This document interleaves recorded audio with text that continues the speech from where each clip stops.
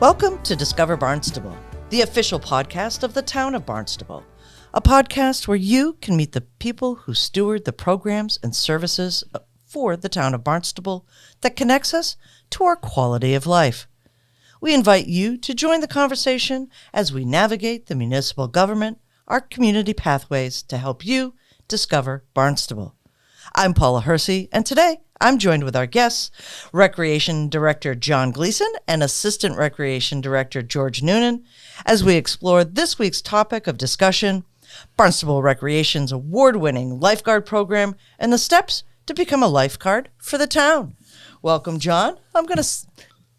George, how are you? Good, how are you? Good. I'm going to give our listeners a little background on the both of you. If they don't know you, a lot of folks in recreation do know both of your characters. But for those listeners who don't, John has worked for the recreation department for over 19 years. He started in the fall of 2003 as a program coordinator and developed programs for youth and assisted in the operations of aquatics. In 2017, he was promoted to assistant recreation director and managed all of the programs, staff programs, and led the aquatics operation for the town.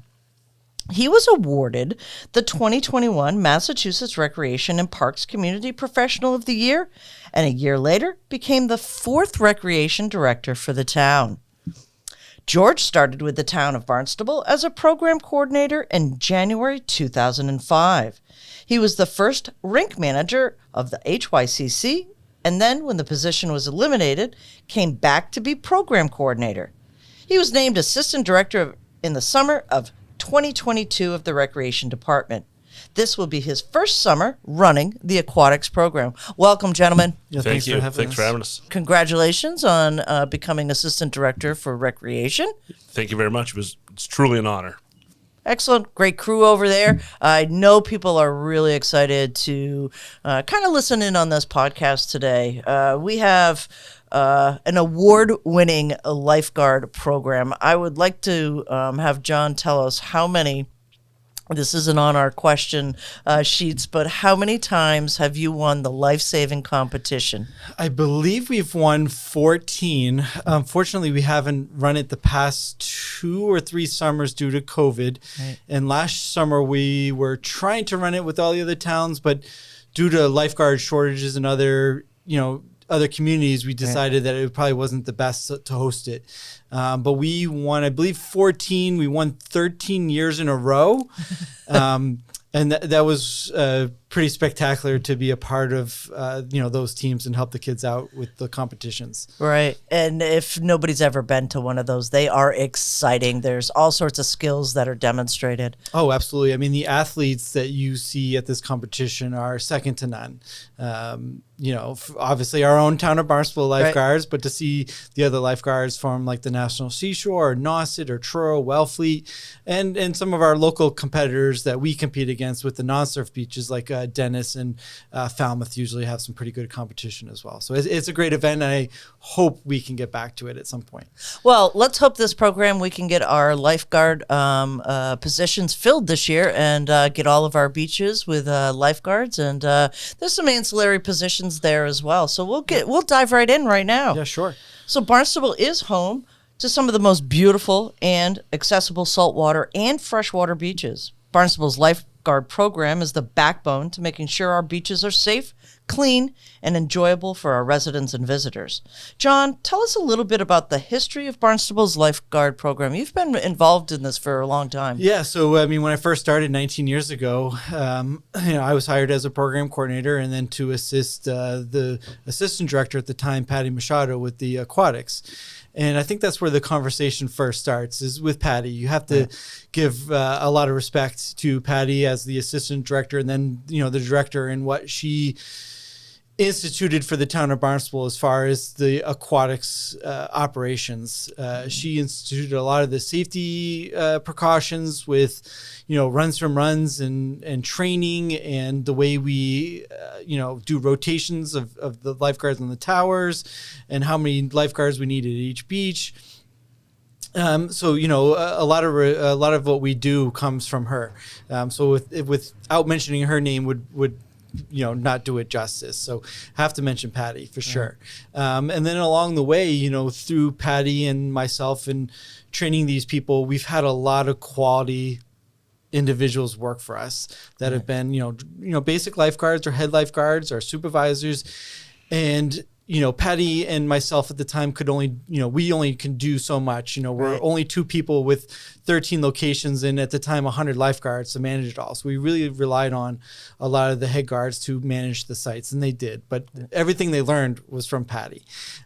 We just made sure that, everything was well thought out, well executed, and they trained over and over and over again to make sure that they were prepared for an emergency. So, a lot of this stuff dates back in my 19 years is to Patty. Right. And then once Patty became director, I stepped up to the assistant director, and we hired Tim McGrath, who continues to work for us in a different capacity this past summer. He was full-time and now just worked for us seasonally. A former lifeguard himself, and then he became in charge of the lifeguards, and again just took the principles that we had and then made some small little modifications to make things a little more safe, just to make sure that we were covered in all our areas. Right. Because again, people come to the Cape to have a good time, and we want to make sure that they feel safe and secure when our staff is out there from 9 a.m. to 5 p.m. And during the day, we do drills and trainings, mock rescues, so they kind of see firsthand, what being a lifeguard is about in the town of Barnstable. Right. And I think we would be remiss to not say that Patty Machado actually started with the town of Barnstable as a lifeguard. Yep. Yeah. So again, she took all her knowledge, right, as a lifeguard herself, and as a lifeguard when she was doing it, you learn the good and the bad, right? Because back then, I don't think they probably were as stringent on some of the rules and some of the training measures as when she took over, because she knew what it was to be a lifeguard. Right. Even though I've never been a lifeguard myself, everything I learned about running the beaches was through Patty. And then a lot of on-the-job training over the years and just watching different things and taking classes and certifications myself. And so when I became the assistant director to run it, I felt really prepared to do it, and to have Tim by my side, I felt even more comfortable. And then heading into this summer, we have George, who was a part of the COVID summer, and then was a part of the beaches for a little bit last summer, because by the time he got hired as the assistant director, it was midsummer. Yeah, midsummer. Late, so he got a little taste of it. But I am not going anywhere, so I will be by his side all summer long. Thank you. And we're hoping that we have Tim McGrath again this summer. Right. And I would be remiss to mention Coley Ferraro as well. She's our swim program director. She's a teacher up in Brookline, but comes down every summer to help us out.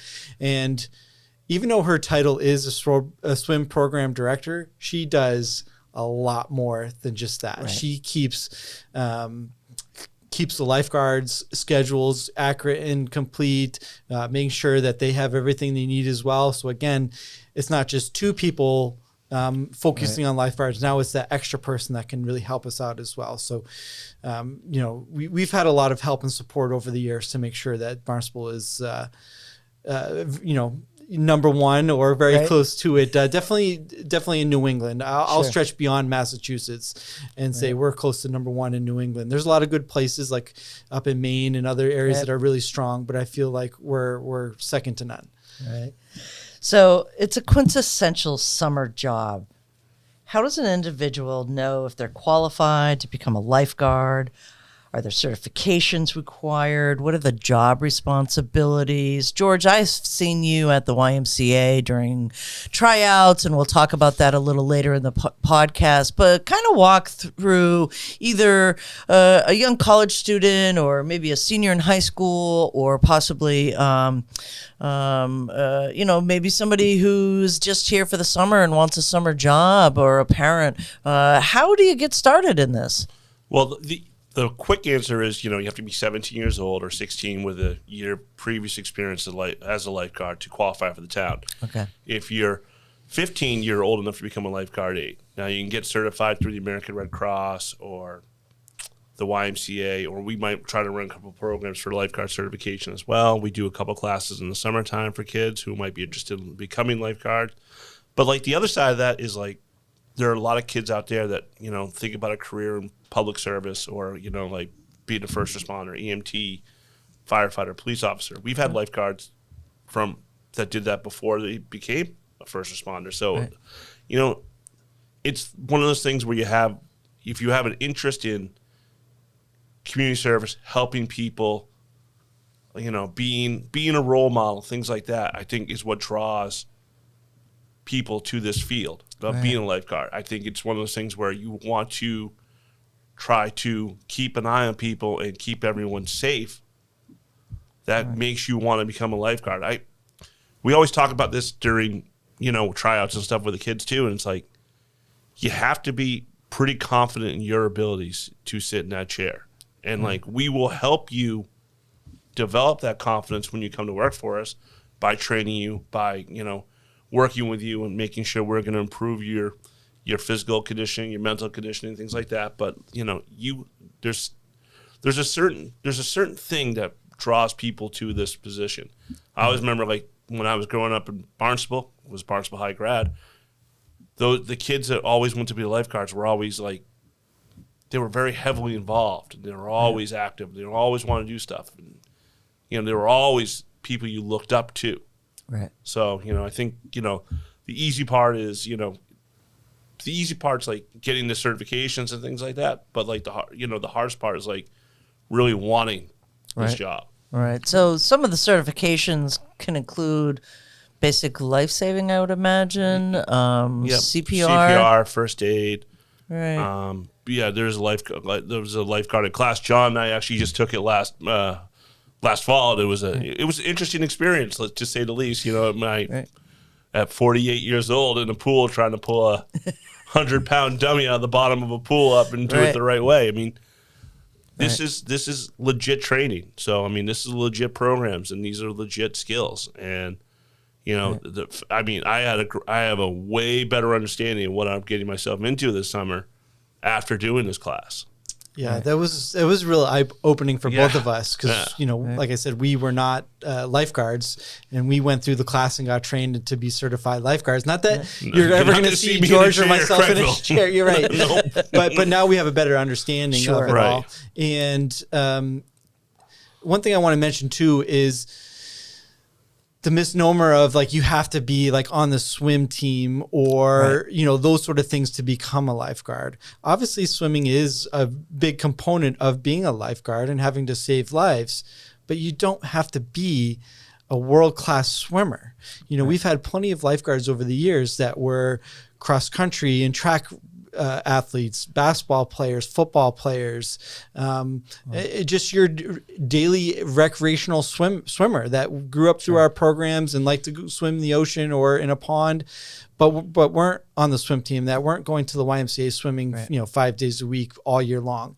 You know, we're just looking for people that again, want to help the community, want to do something good, and be in a work environment that is you know, fun and exciting for them. So really, a lifeguard could be anybody. And with that said, there's no age requirement. I mean, well, there's age requirement for a minimum, but there's no age requirement after that. Right. You know, we have people who are teachers, our current teachers who are lifeguards. We have people who are firefighters who have been lifeguards, you know, who are currently that. So like, there's no age cap to this either. So if you're someone of a certain age who wants to try this and, you know, get the certifications, things like that, happy to have you. That's fantastic. Yeah. And I'd like to preface too, I mean, I've seen some of the lifeguards in action in multiple beaches over the years, and it's not all about pulling somebody out of the water. It's you know, putting a Band-Aid on somebody who's stepped on a broken shell, or maybe a jellyfish has been out there and they've got stung by a jellyfish, or it's you know, making sure that the beach itself is safe and clean. You know, we've seen those lifeguards out there early morning walking that beach, making sure that their area is safe for patrons. Absolutely. I mean, the majority of the things they do for the public at the beach is not in the water. Correct. You know, I mean, a lot of the things that they're dealing with, even during emergency situations, could be from heat exhaustion, heat stroke. They Right. cut their foot on something, Right. or sure, they got stung by a jellyfish, but they're taking care of that in the bathhouse, something like Right. that. I mean, very seldom, are they actually going out there and making rescues. Right. Knock on wood, we don't have any during the summer, but Right. there's been summers where we've had, 1, 2, sometimes 3, Multiple. 4, multiple sometimes. But Right. a vast majority of the things that they're dealing with are stuff not related to actually being in the water. You talk in the trainings about how, lifeguards are trained to respond, but they're also trained to be proactive and be ready at all times and be aware of their scenario or their situation, wherever they are at those moments, and they have to act at that moment. Right. So, I mean, it takes someone who really cares to do that. Right. So let's talk, George, a little bit about, as with any job with the town, there's an application process. Oh, there's paper. Yeah, there's paper, right? Talk through the steps of applying for a summer position at our beaches, and let's broaden this just a little bit, because I know getting beach aides and junior lifeguards can also be challenging for us in this post-COVID this whole piece of not having enough young people here to take these positions. Talk through that process. I want to be a lifeguard. What do I do? So you go on the town website on the HR page and look under opportunities and job opportunities, and you can scroll on to it. You click on that. You apply through the company. Yep. You make sure you fill out. Paperwork's a pain. Sure. We're all going to, we're Right. not going to sit at this table and tell you it's not a pain, but you have to do the best to fill it out clearly and completely. Completely, right. And then we will get in contact with you based on your application. We'll ask you to send over your certifications, and we have tryouts set up. We have one. Okay.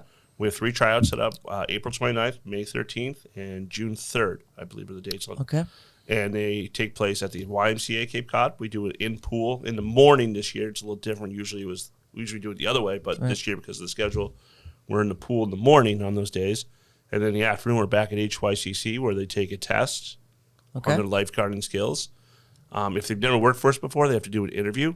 Okay. And they have to do, I guess, I should probably mention both, to be honest with you. On the pool, they have to do some skills. So they have to complete a 500 yard swim. Yep. 500-yard swim in 10 minutes, or 12 minutes allows, if you do it in 12 minutes, it allows you to run as well to pass that test. You have to do a sprint. A spinal check, which is like a mock rescue kind of situation, and you have to retrieve a brick from the bottom pool in I think it's about 100 seconds. So then when they go back to HYCC, they take that test. It's a 50-question exam. If they have to show skills and they have to show off their skills in CPR and first aid, and then if they're new to us, they have to interview. So we got to talk to them and kind of get to know the person. If you're a trained lifeguard, if we're asking you back, it's because we want you back. We think you're a valued part of the community, but we need to know the new people and make sure they meet the standards. You know, as we said, that Patty Machado that started, and John Gleason and Tim, have kept going since then, and now me.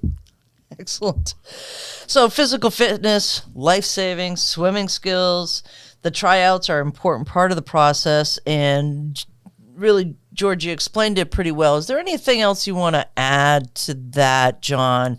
Sure. That tryout process, again, is demonstrating skills. So when they are at the beaches, you know that these are trusted individuals that can manage an emergency. Mm-hmm. So just like any tryout or job interview that you go to, do some homework, prepare. Right. If you're coming in and doing CPR, don't crack open the book, the morning of, and then try to show us your skills. Practice, at home, open that book to refresh yourself. Because some people might have taken the class months prior or the year prior, right. And, they didn't maybe work as a lifeguard that time because they got it too late. So prepare yourself, make sure that you're coming in not with arrogance, but with confidence, and show us your skills and show us that you are familiar with the skill set. Yeah. And then also too is, you might want to get in the pool. Again, we talked about earlier about swimming, but you might want to get in the pool. Sure. I was not a swimmer, but I was a basketball player. So before my tryouts, I would make sure that I would do some running and get some shots up and work on my dribbling. So when the tryouts came out, it wasn't just the first time I touched the basketball. Right. And that's the same thing with lifeguarding. It's not the first time you should be in the pool. It's not the first time you should open that book up for information, come in prepared.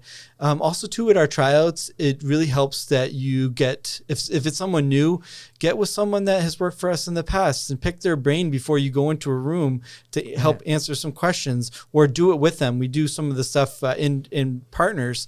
So go with someone that knows the ropes and that could guide you along in the process. Again, it's not a difficult process, but we just want to know, who you are, know your skills. So, we feel comfortable to have you out working on our beaches. We definitely need lifeguards. We went from 100 down to, I think, 75 the past couple of years or so. And we would love to get back to the 100, but we're not going to sacrifice quality and safety just to put someone out there as a lifeguard because they're certified. We want to make sure that they have the skills necessary. We're pretty steadfast on that. I definitely remember us not hiring a lifeguard last year because during the tryout process, they just weren't capable. Right. And even though we were really needed lifeguards, I just felt like it wasn't a good fit for that individual. And I didn't think it was a good fit for the town. So we want to make sure that that's taken care of. Also in the application process, we do have a lot of young kids that fill out the applications. Or I would say their parents fill out the applications for the kids. So kids really need to take ownership of the process. Right. And the information they put down needs to be their information. So if we're sending a text to them or an email to them, it's not to mom or dad's cell phone or email address. Because we do get that pretty consistently. So then we have to change up the information. So again, if you're 14 years old or older, you're old enough to work for the town of Barnstable or anywhere in any job. I mean, the lifeguard has their age requirements, but the information you're putting down should be your information. It's going to be your job. We're not going to call mom or dad about something about the job. We're going to be reaching out to that individual. So it's really important that they fill out that information as their own. That's mom and dad aren't going to be there putting sunscreen on a tower while you're there. So. Right. That's a valid point. And, with this conversation that we've had, the past 15 minutes here or so, what keeps coming back to me is community and family, right? This program has been in existence for so many years. It has been cultivated, massaged, and really produces a camaraderie among the beach staff, collectively from gate attendant to head lifeguard and the director of the aquatics program. So, some of our current and retired town staff started as seasonal lifeguards, and it's more than a job, just a job. It's becoming a family and working together. What do you want our listeners to know about this special group of people who serve and protect at our beaches, John? Sure. Yeah, absolutely. I mean, that's what we started to really hone in last year, and I think we really need to pump that up even more because in today's job market, it's very competitive. A lot of companies now are offering more per hour.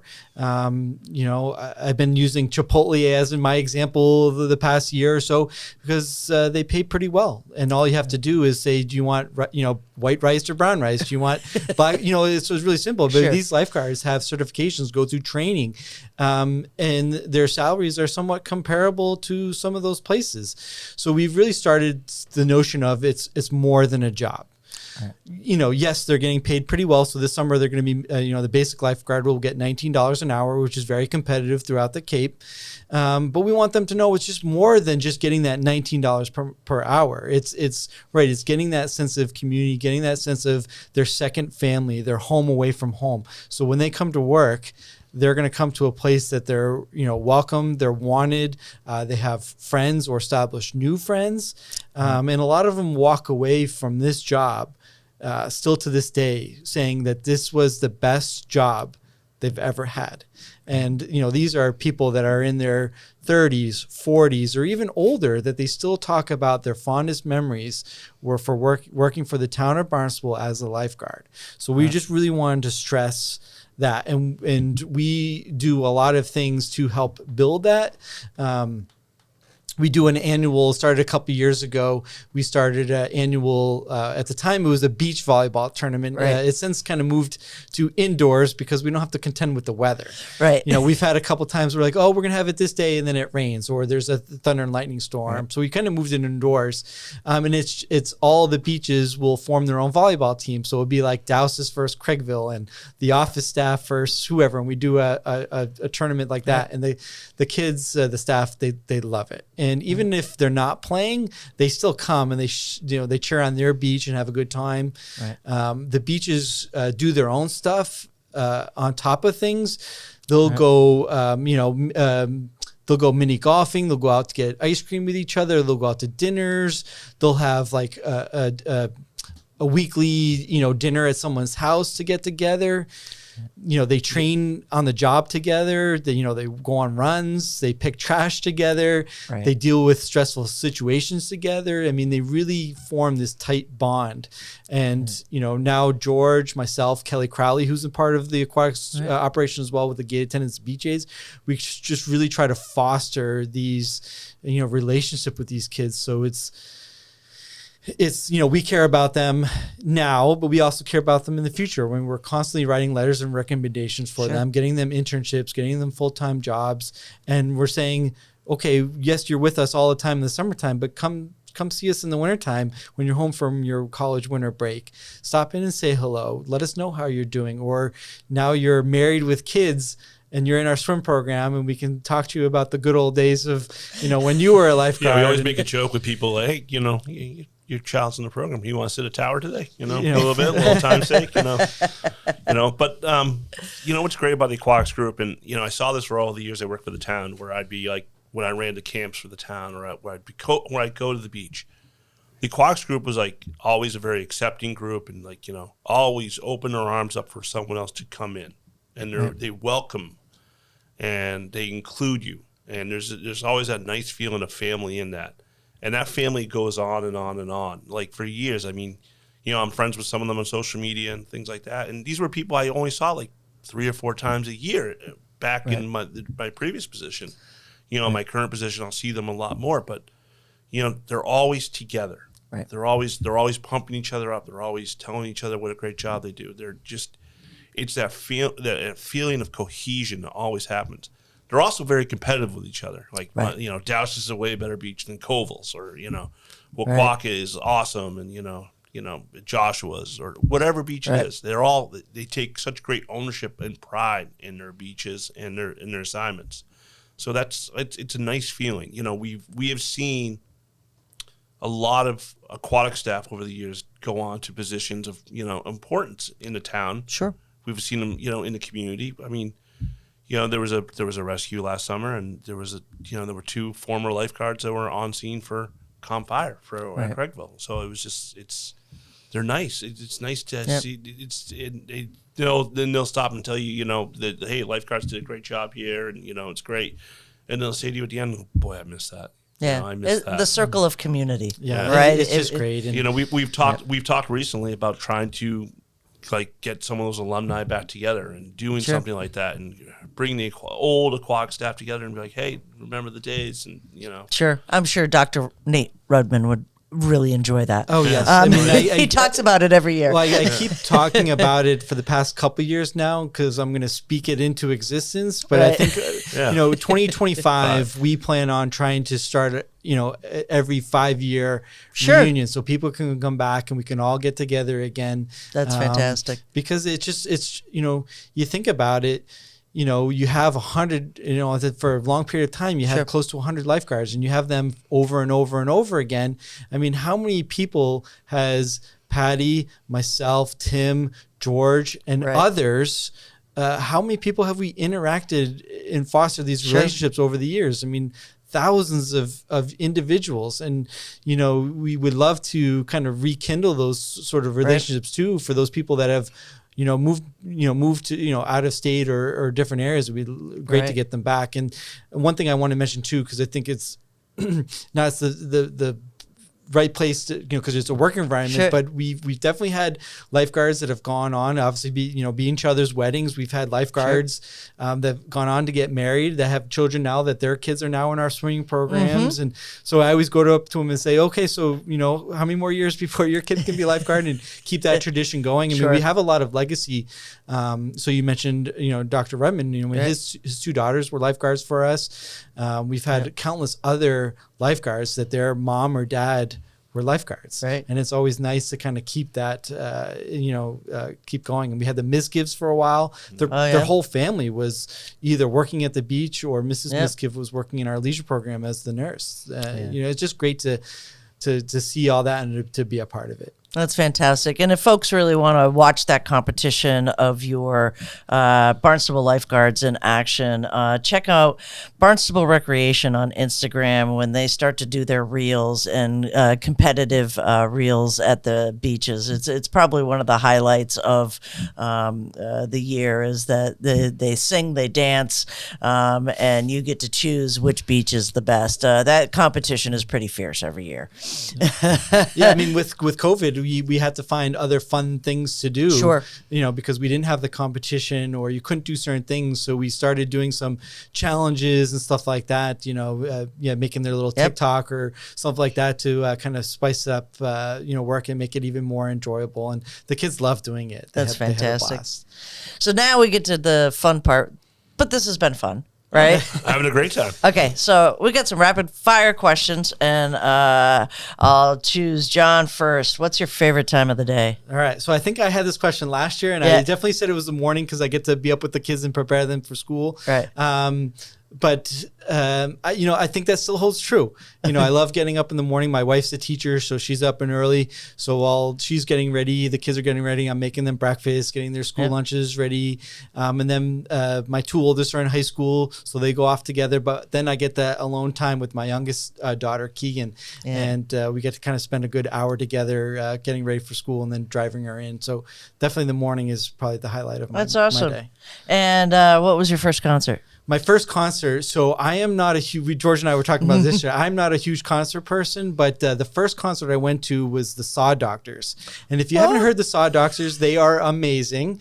And now with my wife, when we were dating in the summer, when I first started working here, I went by the Melody tent and I saw the sign that says Saw Doctors. And I'm like, wait, my mom listens to them, my brother-in-law, my sisters. I don't even know who they are, but I want to go. And so I went with my now wife, Barbara, and we fell in love. Oh, and that's we awesome. went to their concert every summer. And then I grew up in Northampton, Mass, and they would go to Northampton as well and play. Sometimes we would make the drive out there to see them. But they don't come to the Melody tent anymore. And if they did, I would be the first one to buy tickets because they are great. That's awesome.